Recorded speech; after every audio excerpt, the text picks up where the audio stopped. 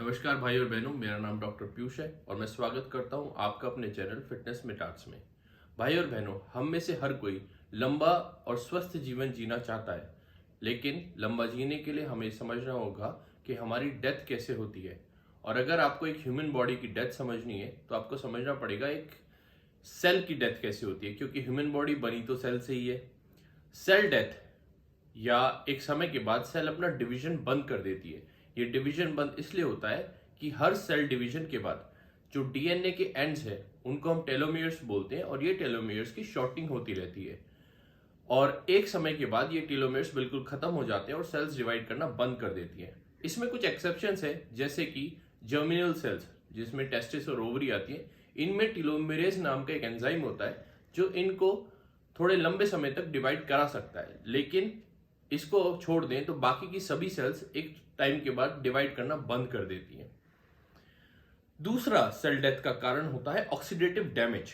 Oxidative damage cause करते हैं free radicals, oxygen free radicals. इनके आउटर सेल में कुछ अनस्टेबल इलेक्ट्रॉन्स होते हैं जो हमारी सेल के डीएनए, प्रोटीन्स और लिपिड मेम्ब्रेन से रिएक्ट करके उनको डैमेज कर देते हैं। ऑक्सीजन फ्री रेडिकल अगर आपकी बॉडी के प्रोटीन पे अटैक करें तो ये एबनॉर्मल प्रोटीन्स बना देते हैं। इन एबनॉर्मल प्रोटीन्स को आपकी बॉडी का इम्यून सिस्टम रिकॉग्नाइज करता है और उसे डैमेज करता है। ये कई बार ऑटो इम्यून डिजीज का कारण भी बन जाता है। ऑक्सीजन फ्री रेडिकल अगर डीएनए पे अटैक करते हैं तो वो कॉज करते हैं म्यूटेशन, और ये म्यूटेशंस अगर सोमैटिक सेल्स यानी कि बॉडी की नॉर्मल सेल्स में होती है तो ये अक्सर कैंसर भी कॉज कर सकती हैं। वहीं अगर ये म्यूटेशन जर्मिनल सेल में हो जाए जैसे टेस्टिस और ओवरी, तो ये म्यूटेशन आगे की जनरेशन में भी जा सकती हैं। ऑन एन एवरेज ये पाया गया कि लगभग 14 न्यू म्यूटेशंस पर ईयर हर किसी में हो ही जाती हैं। तो ऑक्सीजन फ्री रेडिकल्स लिपिड से रिएक्ट करें तो एबनॉर्मल लो डेंसिटी लिपिड्स बनाते हैं। ये abnormal low density lipid liver में ब्रेक डाउन नहीं हो पाते, उसके कारण ये आपकी ब्लड वेसल्स में कहीं कहीं डिपॉजिट होते हैं और प्लेक फॉर्मेशन कर लेते हैं। आगे जाके ये coronary artery disease, cardiovascular disease का रूप भी ले लेती हैं। तो आपने जाना कैसे ऑक्सीजन के फ्री रेडिकल्स आपकी बॉडी में कार्डियोवैस्कुलर डिजीज, एथेरोस्क्लेरोसिस, कैंसर जैसी बीमारियां कर सकते हैं। ये ऑक्सीजन फ्री रेडिकल्स आते कहां से हैं? ये ऑक्सीजन फ्री रेडिकल्स आपके बॉडी में नॉर्मली बनते रहते हैं मेटाबॉलिज्म के दौरान। वहीं ऑक्सीजन फ्री रेडिकल बनने के कुछ एक्सटर्नल फैक्टर्स भी होते हैं, जैसे कि stress, cigarette smoking, pollutants, drugs, radiations बहुत कॉमन कॉज हैं ऑक्सीजन फ्री रेडिकल्स के बनने के। ऑक्सीजन फ्री रेडिकल से बचने के लिए आप क्या कर सकते हैं? ऑक्सीजन फ्री रेडिकल से बचने के लिए एक्सरसाइज, अच्छी स्लीप, स्ट्रेस फ्री रहना बहुत कॉमन चीजें हैं।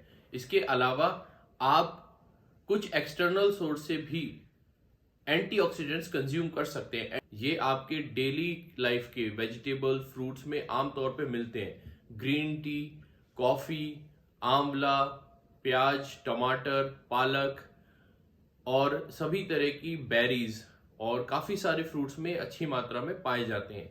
इसी के अलावा कुछ विटामिन्स भी बहुत स्ट्रॉन्ग एंटीऑक्सीडेंट होते हैं, जैसे कि vitamin E, vitamin C and beta carotenes. वहीं एजिंग बढ़ाने के लिए एक फैक्टर और बहुत जरूरी पाया गया है और वो फैक्टर है थोड़ा कम खाना। हाँ, आपको सुनने में थोड़ा अजीब लगेगा, बट दुनिया के बहुत सारी कम्युनिटीज में ये प्रैक्टिस किया भी जाता है। जापान में ये बहुत फेमस है हारा हाचिबू के नाम से, जहां लोग अपनी कैपेसिटी का 80% ही खाते हैं। और इंडिया में भी ये माना जाता रहा है, पुराने समय में साधु महात्मा सब कम खाते थे और लंबा जीवन जीते थे। इसके दो कारण होते हैं। कम खाने से इंसुलिन लाइक ग्रोथ फैक्टर्स थोड़ा कम रिलीज होते हैं, और insulin like growth factor responsible होता है एमटोर पाथवे को एक्टिवेट करने के लिए। ये पाथवे आपकी लाइफ साइकिल को घटा देता है। साथ ही कम खाने से आपकी बॉडी में सर्टुइन प्रोटीन एक्टिवेट हो जाते हैं। सर्टुइन प्रोटीन आपकी बॉडी को एडवर्स रिएक्शन से, एडवर्स कंडीशन से बचाने के लिए होते हैं। पाया गया है कि सर्टुइन प्रोटीन आपकी हार्ट हेल्थ और आपकी बॉडी के लिए बहुत हेल्दी होते हैं। सर्टेन प्रोटीन से जुड़ी हुई एक बहुत इंटरेस्टिंग स्टोरी है जो मैं आपको सुनाना चाहूंगा। शायद आप में से कुछ ने फ्रेंच पैराडॉक्स के बारे में सुना होगा। ये माना जाता था कि फ्रेंच लोग बहुत ज्यादा फैटी फूड खाते हैं और फ्रेंच तो दुनिया की चीज कैपिटल भी मानी जाती है। फ्रेंच लोग इतना सब खाने के बावजूद, फैटी फूड खाने के बावजूद बहुत यंग रहते थे, उनकी हार्ट हेल्थ बहुत अच्छी होती थी और वो बहुत लंबा जीते थे। तो ये पाया गया कि फ्रेंच लोग अपने खाने के साथ अक्सर रेड वाइन का कंजम्पशन बहुत करते हैं। रेड वाइन के अंदर रेस्वेरेट्रॉल नाम का एक सब्सटेंस होता है जो सर्टेन प्रोटीन को एक्टिवेट करा सकता है, और तभी से सर्टेन प्रोटीन के हेल्थ बेनिफिट्स ज्यादा फेमस हो गए। भाई और बहनों, अगर आप थोड़ा लंबा जीना चाहते हैं तो आप डेली एक्सरसाइज कीजिए, अच्छा खाइए, कम खाइए, साथ ही एंटीऑक्सीडेंट्स को ज्यादा से ज्यादा कंज्यूम कीजिए अपने खाने में। लेकिन आप बाहर से एक्सटर्नल सोर्स से एंटीऑक्सीडेंट्स मत लीजिएगा। कुछ लोग विटामिन ई की गोली खरीद लाते हैं या बीटा कैरोटीन्स खरीद लाते हैं या मल्टीविटामिन की गोलियां खाते हैं, तो ये बिल्कुल भी ठीक नहीं होता। बाहर से विटामिन ई या बीटा कैरोटीन्स लेने पे ये पाया गया कि ये एंटीऑक्सीडेंट्स जिन ब्लड में जहां हाई प्रेशर होता है जैसे कि लंग्स, वहां पे उल्टा बहुत डैमेजिंग ऑक्सीडेंट्स रिलीज कर देते हैं। तो एंटीऑक्सीडेंट्स का actual health benefit whole food खाने पर ही है। साथ ही रेड वाइन अगर आप लेते हैं हेल्थ बेनिफिट से, तो उसको भी आप ये नहीं कर सकते कि आपने एक बोतल खरीदी और पूरी पी गई। नहीं, रेड वाइन के हेल्थ बेनिफिट बहुत लॉन्ग टर्म, दसियों साल डेली पीने पे है, बहुत कम अमाउंट में। और ये याद रखिएगा कि रेड वाइन का कंजम्पशन फैटी फूड के साथ होता है, तभी उसके हेल्थ बेनिफिट ज्यादा आते हैं। तो भाई और बहनों, उम्मीद करता हूं कि मेरी ये वीडियो आपको स्वस्थ और लंबा जीवन जीने में शायद थोड़ी सहायक हो। अगर आपके मन में कोई भी सवाल है या कोई सुझाव है तो कमेंट में लिखना ना भूलिएगा। नमस्कार।